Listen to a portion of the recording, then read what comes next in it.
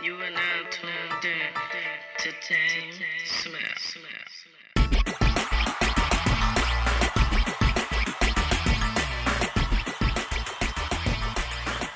Welcome to Musician Talks with DameSmiff. This is episode 28, and I want to talk to you guys today about health as an artist and a creative.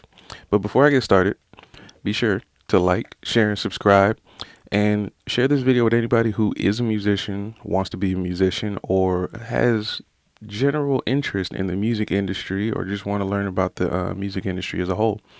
If you have any questions, leave a comment below. I'm always here to take part in the conversation. But as I said, today we're going to talk about health as a musician. Now, for me personally, I'll start with myself. Health didn't really become a big thing for me until I think about my senior year in high school, and how it, why it's important to artists is that you need to be healthy to perform at your best. Now, many people, artists or not, don't necessarily agree with this because what makes us happy isn't necessarily the healthiest thing for us. So something like, drinking green juice in the morning might not be the thing you want to do to make yourself feel good, but it's actually a lot healthier than what most people do in the morning. Now, to put it into the sense of, let's say, a musician or an instrumentalist, if you're a drummer and you don't work on maybe your flexibility, your posture, your cardiovascular health, your mental health, your external health, like working on your skin and things like that, all these things will affect how you perform on your instrument, which in turn will affect how you get the results you want from your instrument. The coolest movie we've seen recently about musicians was Whiplash. And I use that example because of that movie. Now, in that example, towards the end of the movie, the drummer, he's doing his big solo on his gig, and the conductor allows him to kind of get creative and just, be passionate on his instrument. But what the conductor notices, because of his experience, and he understands that health is very important for instrumentalists, is that he noticed that he's beginning to reach a peak in his performance, meaning that the heart rate is getting so high, the blood is pumping and things like that. Eventually the body is going to need not a minute, but some time to recuperate so that it can continue to perform, and honestly perform at an even higher level. So in the movie, he walks over to the soloist in the middle of the song while he's soloing and does this.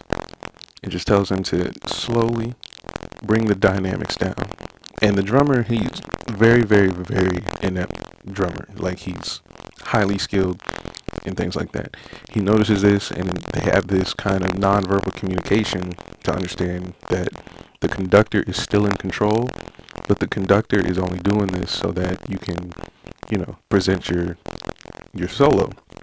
So he tells him, bring it down, and the drummer's slowly getting quieter and quieter and quieter.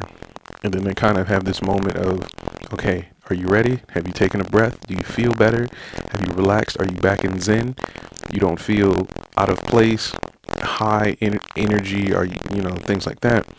And then he flips his hand back up and tells them to bring it back louder in dynamics. And the drummer, with a new, fresh breath of air, begins to start the solo. Well, not start the solo, but begins to bring the solo back to high energy, ends the solo, and completes the whole show with a bang. And that was very, very enlightening to me as an artist to see, because a lot of my conductors and things like that focused on that too.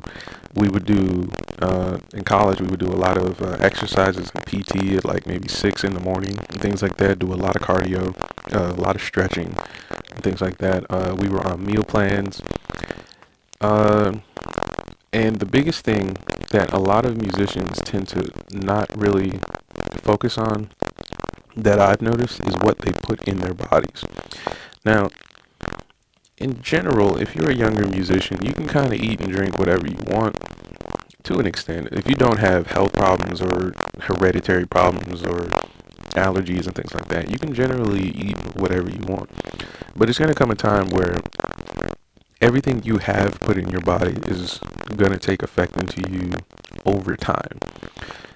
When I was a musician in college, we would get on buses, travel to different states or cities, and perform. And on the way there, we would stop and make sure we had food and things like that. This worked out perfectly for us because we had people who were already experienced in managing tours, managing large groups of people, booking hotels and things like that. But on the flip side, musicians who aren't in that position that I was lucky enough to be in, they're doing this out of their own pocket or just out of their own business. So the mindset of what to do on a tour may be a little different than what is actually supposed to be healthy for you. Some musicians, they stop and get some drugs. They may bring some alcohol. They may bring people that aren't beneficial to them on the tour with them, like groupies and things like that. Where I've seen other tour groups that are actually well more established. They're bringing their personal trainers. Sometimes they're bringing chefs, or they may have mapped out the best restaurants with the best and healthiest food. Yeah, and there's some tours I've heard are actually dry tours, no drugs, no alcohol, and things like that, just so they can perform at 100% on their instruments. And that's huge because the difference between what you'll get putting something that's toxic in your body as an artist versus putting something healthy in your body will help you in the long term versus today feeling good that you drunk a pint of Hennessy because you did a great show that night and you have another show tomorrow night and you're going to drink another pint of Hennessy to celebrate that show. Over time, you would have been doing more damage to yourself as an artist, and when it's time to perform, you're banking on honestly not health, but just you wanting to do something, which is fine, but you gotta understand as an artist, if you really want to do something, that doesn't mean you can do it. So to use the drummer example from the movie Whiplash, if he was never in a position to understand, because throughout the whole movie he's been practicing for this moment, but if he wasn't in the position to understand that he has to be at peak, not peak fitness, but peak, health for what he needed to do, that solo wouldn't have lasted as long. He would have been winded. He probably would have honestly had to skip a few beats just so that he could recuperate. But like I said, it's an all-encompassing thing. Health is an all-encompassing thing, meaning that, to use again the Whiplash example, having a conductor like that around you, having the resources like a practice room and things like that, eating good food and things like that, all of those things help you perform as an artist. So I'm sitting in front of a piano.